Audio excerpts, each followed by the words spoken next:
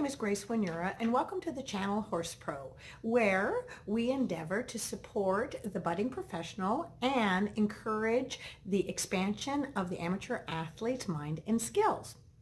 First and foremost, I would love it if you could hit the subscribe button if you find anything of value in my videos, and also hit the like icon and the notification bell so you'll be alerted to any new videos.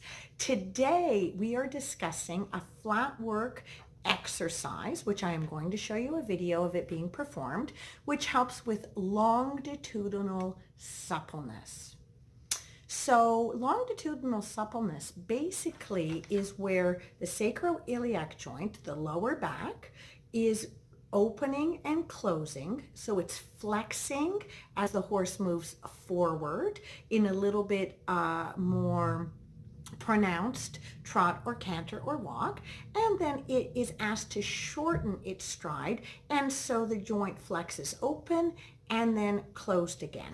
Now what does this do? So longitudinal suppleness is what actually is a precursor to lateral suppleness. So for instance, a dressage rider would definitely encourage the horse to go forward and back in longitudinal suppleness prior to asking it to perform something like a shoulder in or haunches in, which is lateral suppleness. So basically we need to ensure that the horse is going forward and backward in a straight line. This is the absolute necessity every day you get on, so that you know that the lower back is soft and relaxed, the wither is coming up, the horse is starting to yield in the bridle because that lower back is starting to become relaxed and shape itself, and the horse is lowering its hock and accepting the weight. A horse actually goes round because the hocks are lowered, the back is relaxed, the wither is up, and thus the shape is created in the neck. So this is actually how a horse does this. So you need to start with longitudinal suppleness rather than just starting out with lateral suppleness.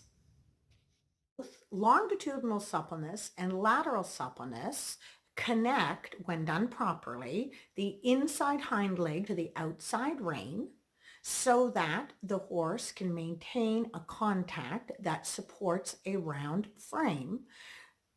The basic straight and forward has to be addressed prior to the lateral to ensure the horse is coming up and back in a straight line, moving back to front.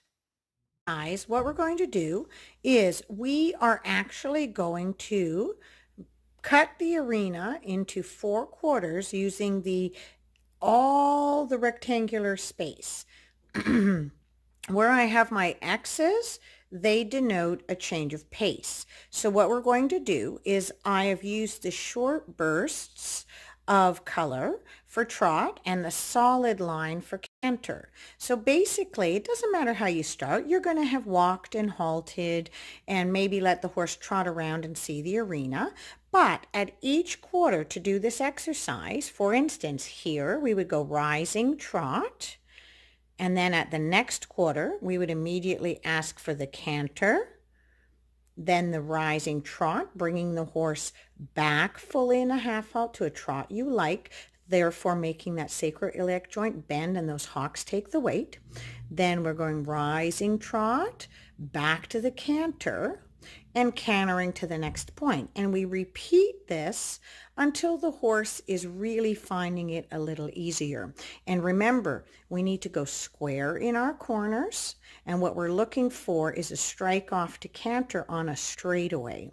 And that, in this manner, we're asking the horse to go forward and back and do it in a straight line, so both sides of its back become supple and soft and the wither can come up to you. This is awesome because it gets riders to really get coordinated and to feel a little bit of the straightness. It's helped by being on the wall. And also, it makes you more accurate. It gets the horse to do multiple transitions, which is far better for its longitudinal suppleness. Going in both directions, the basics of the trot canter, and for a novice it could be walk trot.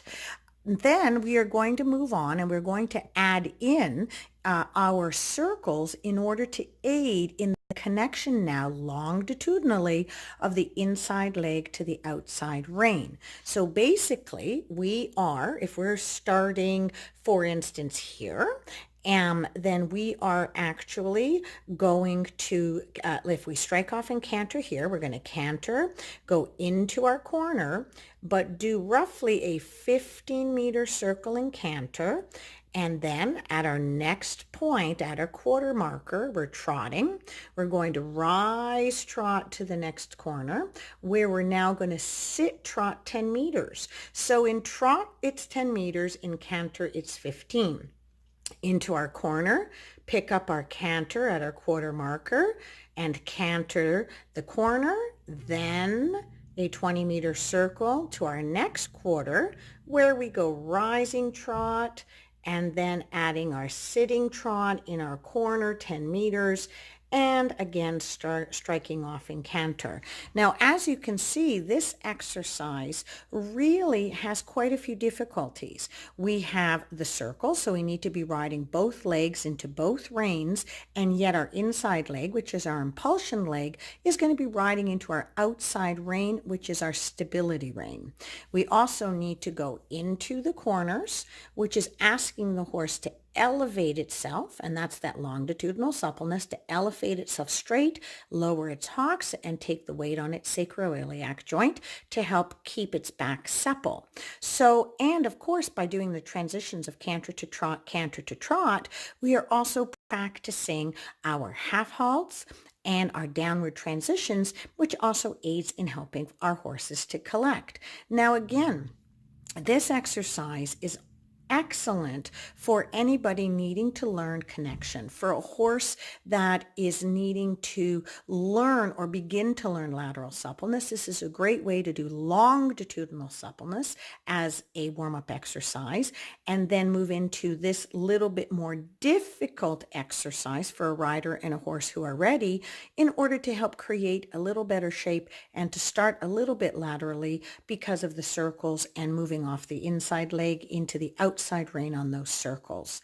So again, today we have our basic warm-up exercise, which is wonderful to help your horse be encouraged to travel straight and forward in a straight line.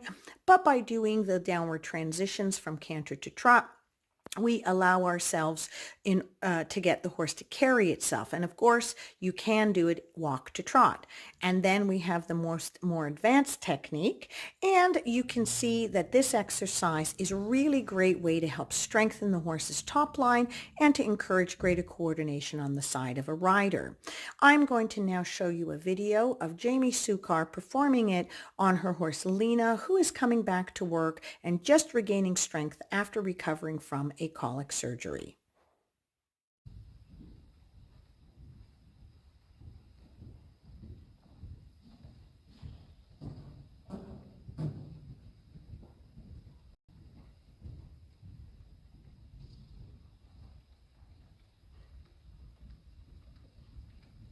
Your left shoulder is dropping there though, Jamie, right? Keep those wrists straight, shoulders tall, good long leg.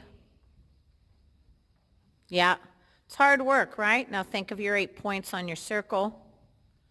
Excellent.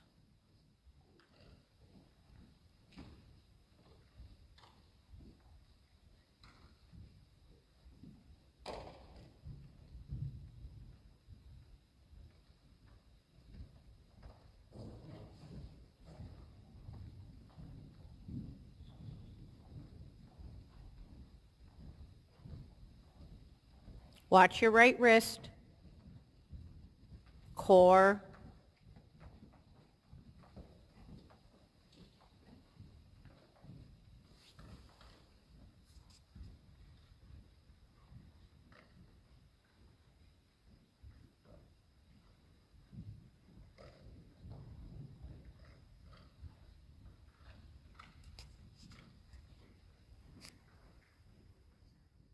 me riding that exercise, and I hope you see the value of such an exercise.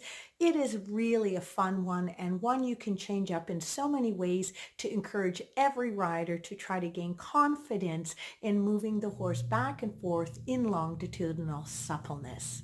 Again, please hit subscribe. Please hit the icon, leave a comment, let me know if you are appreciating or valuing these videos so that I know I'm on the right track to continue.